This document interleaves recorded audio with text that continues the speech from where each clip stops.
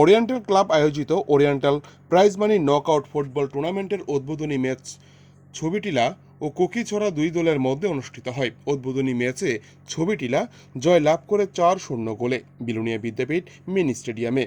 রবিবার বিকেলে ফুটবলে কিক মেরে বিলোনিয়ার ঐতিহ্যবাহী ওরিয়েন্টাল ক্লাব আয়োজিত প্রাইজ মানি নকআউট ফুটবল টুর্নামেন্টের উদ্বোধন করেন রাজ্যের মন্ত্রী শুক্লাচরণ নোয়াতিয়া।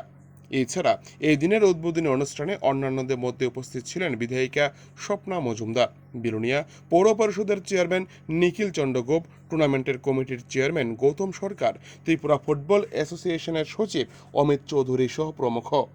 উদ্বোধনী অনুষ্ঠানে স্বাগত ভাষণ রাখতে গিয়ে টুর্নামেন্টের কনভেনার নেপাল সেন বলেন, ফুটবল টুর্নামেন্টকে শান্তিপূর্ণ এবং সৌহার্দ্যপূর্ণ পরিবেশে সম্পন্ন করতে ওরিয়েন্টাল ক্লাবের পক্ষ থেকে সমাজের সকলের প্রতি আবেদন রাখেন এবং সকলের সহযোগিতা কামনা করেন।